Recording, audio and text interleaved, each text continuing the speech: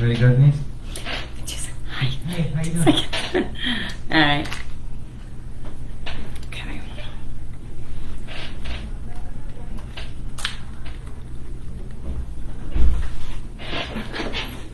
All right. You're getting the show before the show. Taping a little bit early today. All right.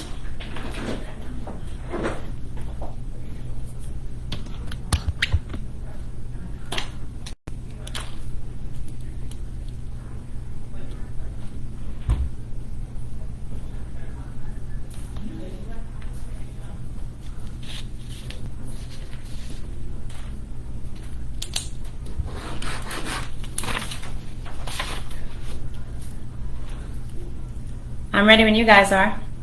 All right.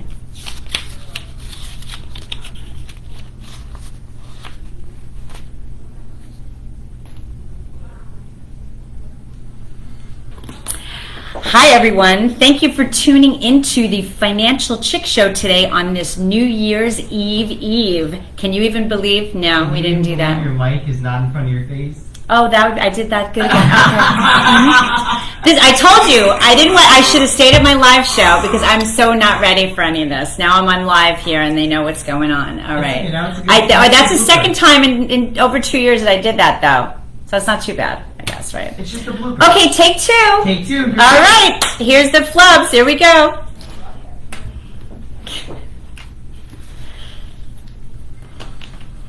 Hey everyone. Thank you for tuning in to the Financial Chick Show today on this New Year's Eve.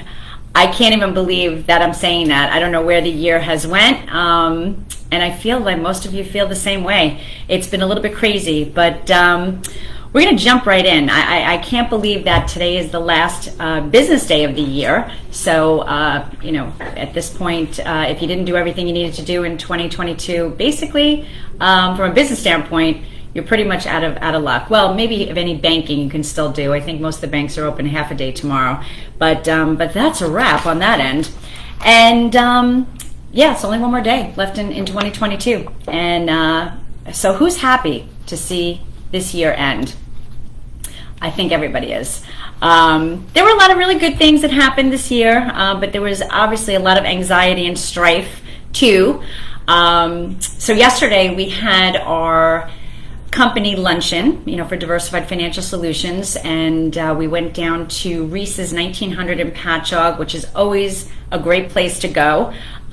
Great food, great service. You're never disappointed there. It's always a really good time, and it's a place that you really feel like it's Cheers. If you guys remember the show Cheers, it really feels like that, where everybody knows your name. So one of the owners, Joe, was there when he was bartending and got to introduce them to my employees, and even ran into the father of one of my cheerleaders when I was a cheerleading coach back in the day.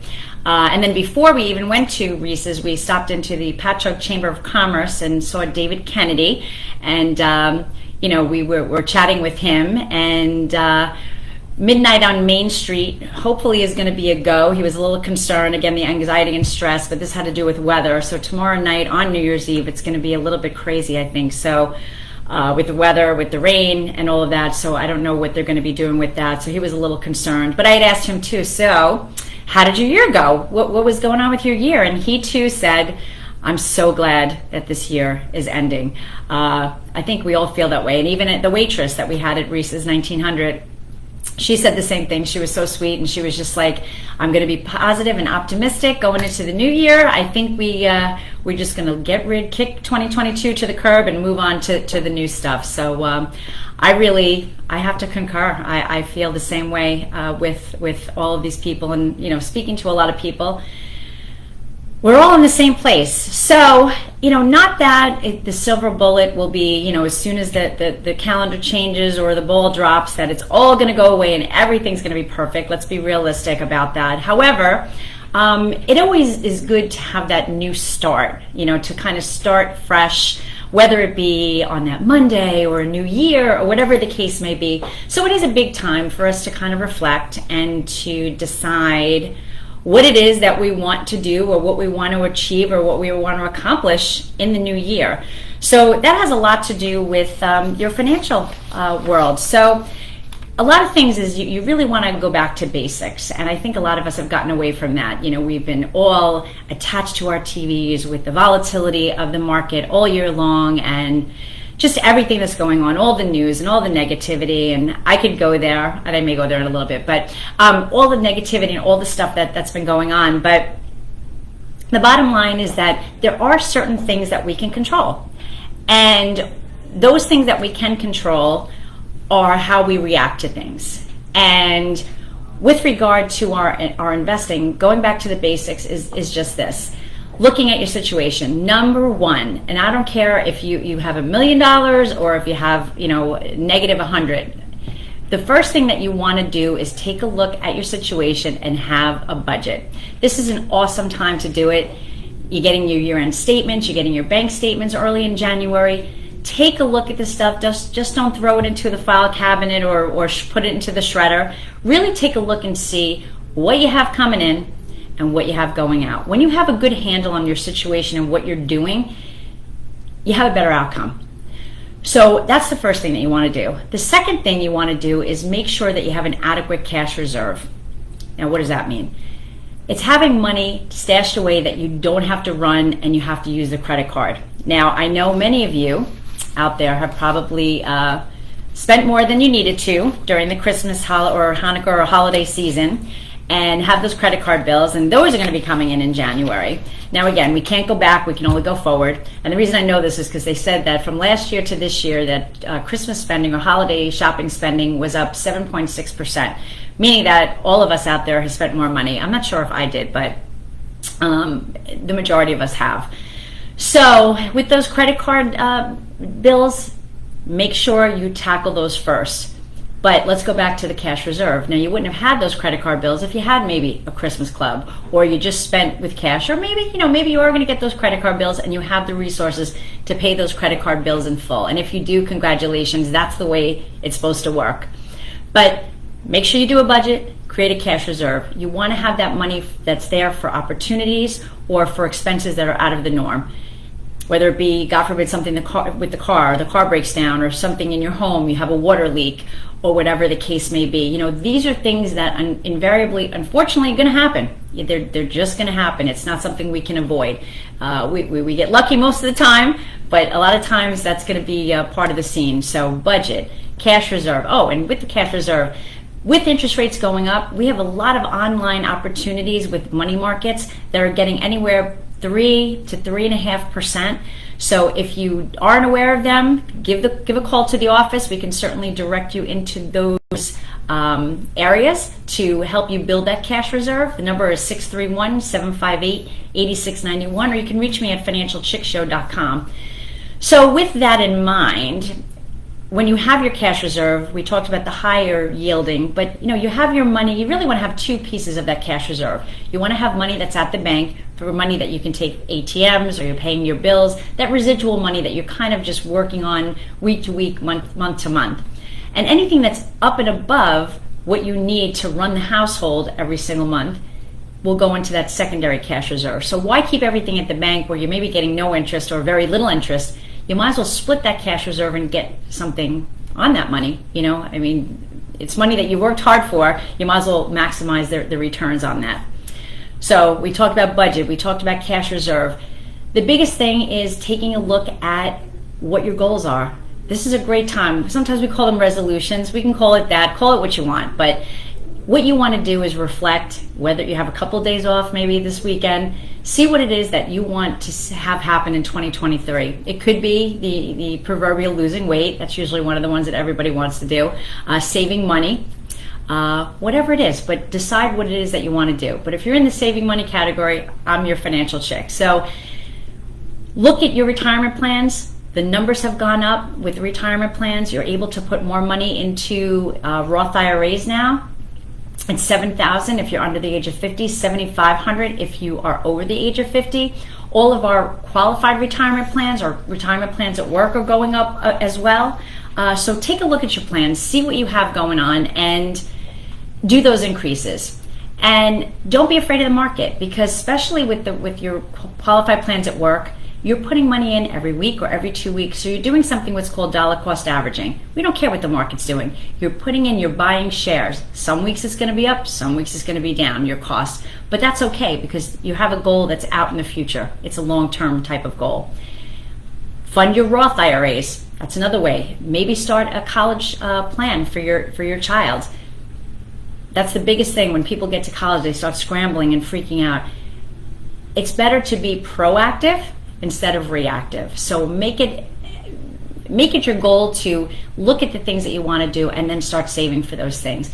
And when people say, well, I can't save. Listen, come down, sit in my office with me. I bet you I can find ways to help you either save on expenses that you have, eliminate some of the expenses that you have, but give you the opportunity to save that money. We can all put away 25, 50, 100, whatever your number is on a monthly basis, whether it goes to creating that cash reserve or building a retirement fund or the education, or maybe looking at insurance, life insurance or disability coverage. Financial planning has a lot of different facets to it, and that's what we do at my office. We take a look at all the different areas to make sure that you have a solid base, and that you can build up to, because the investments are kind of on the higher level. The base is making sure you don't have debt, creating that cash reserve, knowing what your budget is, having insurance. So taking a look at your life and what you want to do. But we're running into the break. You're listening to the Financial Chick Show, and I'm the Financial Chick. You can reach me at financialchickshow.com, and stay tuned after the break.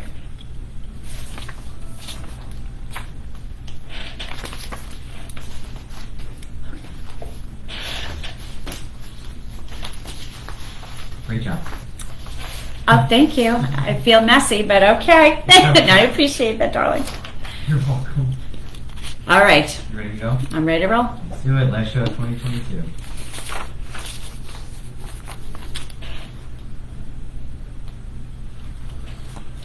Welcome back. This is Denise Nostrom, the Financial Chick. My company is Diversified Financial Solutions, and you can reach me at 631-758-8691 or at my website at financialchickshow.com. I'm here to help you on your financial journey. Over the years, things change, and I'm here to help you navigate all of those changes. So this is literally the last show of 2022. So we are just talking about looking at some of your goals, or what we commonly call at this time of year resolutions. But from a Financial Chick standpoint, we're looking at goals. What are the things that you want to do? Are you looking to save money for the future, save for your kids' education, get some life insurance, or maybe long-term care insurance? You're getting older and maybe you want to take a look at those things, or maybe you just want to kind of get your baseline together before you sit and talk to an attorney, and about your estate planning or whatever the case may be, because they're always looping in the financial advisor to kind of get all of your numbers and your statements and all of that kind of stuff. So it's good to have a good idea through like a financial analysis to pull all that stuff together, because we all do a lot of stuff. We'll set up a cash reserve, or we'll open a Roth IRA here, we have an investment over there, we have all of these things, but a lot of times we don't look at it together. And many times when I meet with people, they'll be like, yeah, I have all my stuff, and then they'll come like, oh wait, I have this other thing that I forgot about. So let's not have those other things that we forgot about, because sometimes they can be very pertinent things for your full picture. So one thing, we take a look at like sports. Like right now, actually, we just lost a very popular sports figure, Pele, in the soccer world. And, we have hockey going on now, and we have football and all of that. And, with financial planning and goal setting and doing what I do, it's not very different than sports. Basically, there's a lot of similarities. So the first thing is that, when the athletes, they always have coaches that help them coach them, even though they're really good in their sport and they do a great job. There's usually one person or a team of people that help them hone their skills. They critique them, they make sure that they practice, they praise them and they encourage them, and make sure they're eating properly, all of those different things. So for me, with my clients, or soon-to-be clients, the people that may be listening, I become your coach. So, you have the raw skills. You're out there, you're making money, you're putting away money in your 401k, and maybe you have a couple of insurance policies or whatever, and you did all the right things, but you just don't know how it all fits together. So what I do is I encourage you to pay attention to things that are happening and give you insight into things that you maybe don't have the time to have insight on, like watching the market or knowing what the market's going to be or what it's going to do or how those investments are going to affect your future goals, and if in fact they're in line with your goals. And then speaking of goals, athletes have goals. Investors should have goals too. Athletes study their sport. They want to achieve record holdings. They're always trying to strive to do better than the records that have been held by other people. So the thing is that they got to know what the numbers are that they need to beat, right? So that's the same thing with you. You need to know what your numbers are or what your goals are, so you know that you can retire comfortably or that you're going to have the amount of money that you need for your child's education. One of the big things that they do for athletes is they make sure the coaches make sure they get them out of their comfort zone. That's the only way you're going to achieve the higher things or really make the play or get the goal or whatever the case may be. So it's my job to encourage you to leave your comfort zone. Let's be honest. The market being volatile, it's very scary and it's very nerve-wracking, and there's always going to be risk. There's risk in everything. When we take the car out and we're driving on the Long Island Expressway trying to bob and weave the potholes, that's if you just keep driving and hit all the potholes. And I can actually attest to this because on Christmas Eve I had my tire blow out on my car because of a friggin' pothole, but that's another story for another day. But it was dark, that's why I couldn't see it. But the bottom line is that we're going to have things. What happens when it's raining or when it's snowing? We could roll the car at 60, 70 miles an hour, but we take it down and we reduce our risk. Same thing in with your investing or with your retirement planning or your education planning. It's finding out how to deal with the volatility or the risks that are inherent in your situation. So, and learn from the great ones. Always be learning. Listen, Warren Buffett, if he's your guy, or any of these big gurus, listen and learn about some of these things. I always say my most educated client is my best client because we have such great conversations and do things. Make bold moves. Sometimes it's really hard. I've always invested in CDs, and that's what I like to do. But you may run out of money in retirement.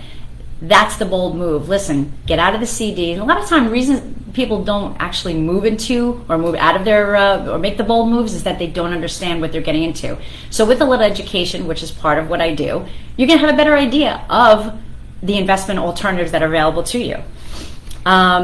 Do what you can to ensure that you don't get hurt.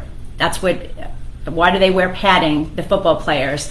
Why do they wear helmets in hockey? My gosh, they really need to do that. So, but people feel that way in investing too. You could possibly get hurt, but there's ways to mitigate that. And most average people don't know how to do that. That's something myself, as a financial advisor, knows how to do to help you mitigate those things. So what seems to be super scary may not be as scary as you think. So come in and let's take a look at it.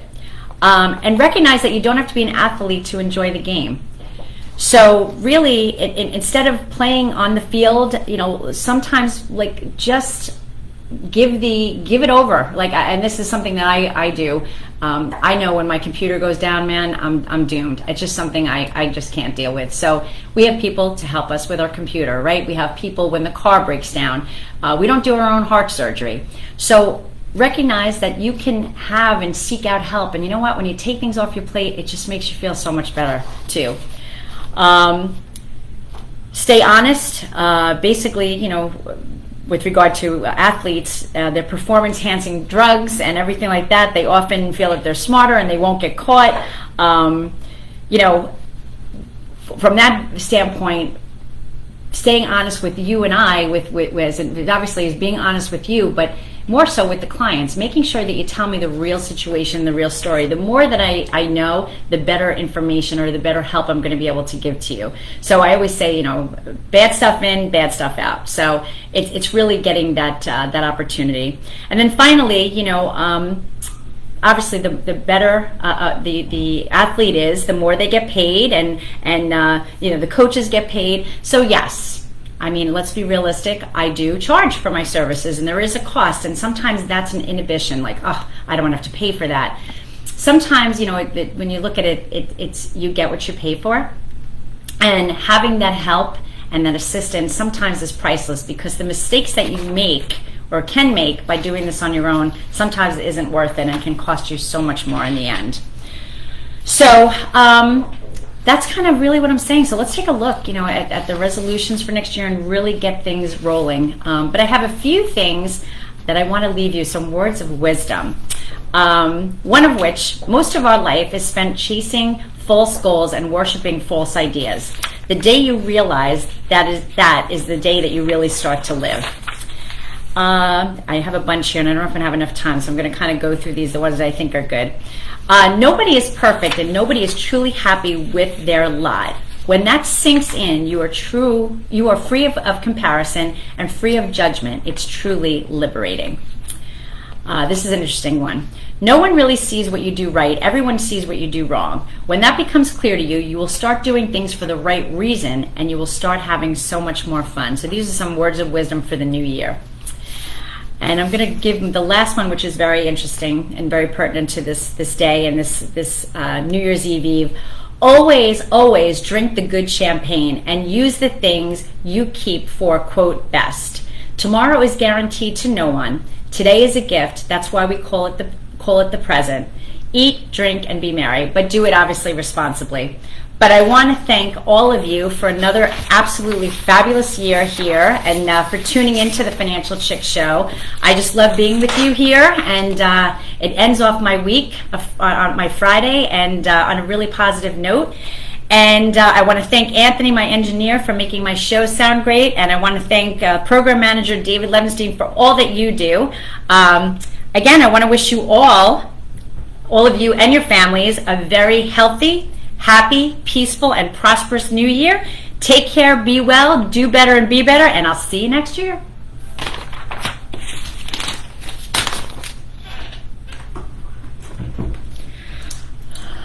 I felt I was totally ill-prepared today. I came in a little bit early, so you're actually seeing the show before the show, because I'm not going live today. But thank you so much, and I want to wish all of you a Happy New Year, and I will see you real soon.